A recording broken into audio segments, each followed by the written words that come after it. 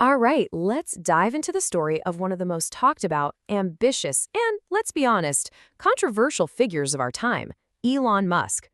We're going to look at how a quiet kid who was obsessed with coding became the guy building rockets to Mars and really rewiring our entire future. I mean, this whole journey sounds like something out of a movie, right? From a tough childhood in South Africa to becoming, at one point, the wealthiest person on the planet. The jump is just staggering, and that's really what we're here to figure out. So, how in the world does that happen?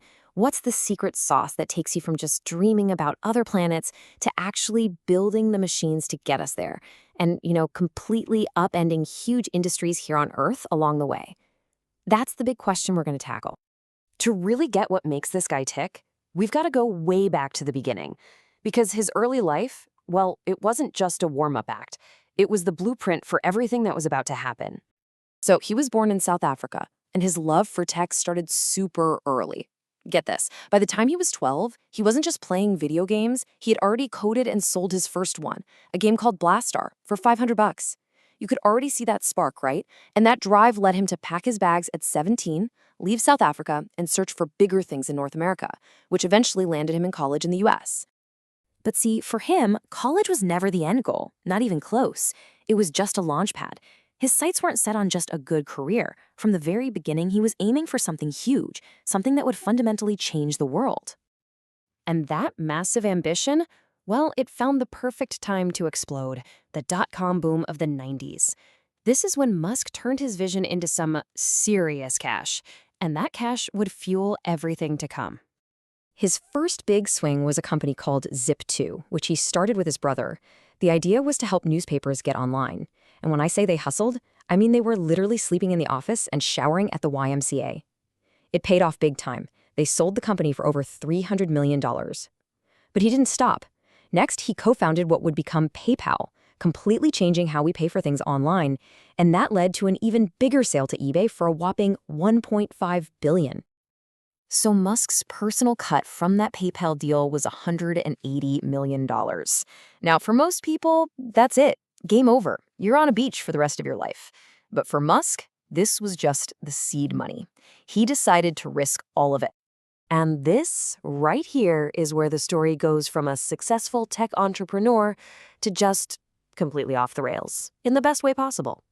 He took all that internet money and poured it into two industries that are notoriously impossible to break into: space and cars. And the reaction? Pretty much what you'd expect. The experts, the old guard in those industries, even the public, they all basically said the same thing. This guy is absolutely out of his mind. This is a fantasy. So, project number 1, SpaceX. The mission was just audacious, almost unbelievable. It wasn't just to build some cool rockets. No, the goal from day one was to make humanity a multi-planetary species. The final destination? Mars. And at first, oh boy, it looked like the critics were gonna be right. It was a total disaster. The first launch failed, the second launch failed, the third one exploded, taking NASA's satellites with it.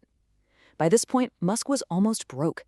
He had just enough cash left for one last shot. Everything was riding on it. And then that fourth rocket finally reached orbit. SpaceX was saved, literally from the brink of collapse. And get this, while his rockets were literally blowing up on the launch pad, he was also dumping his remaining cash into this little electric car startup called Tesla. And you guessed it, the world laughed all over again. The consensus was that electric cars were just glorified golf carts. They were slow, ugly, and nobody really wanted one. And then the Model S rolled out, and everything changed. This wasn't some slow, clunky vehicle. It was beautiful, it was fast, and it was all electric.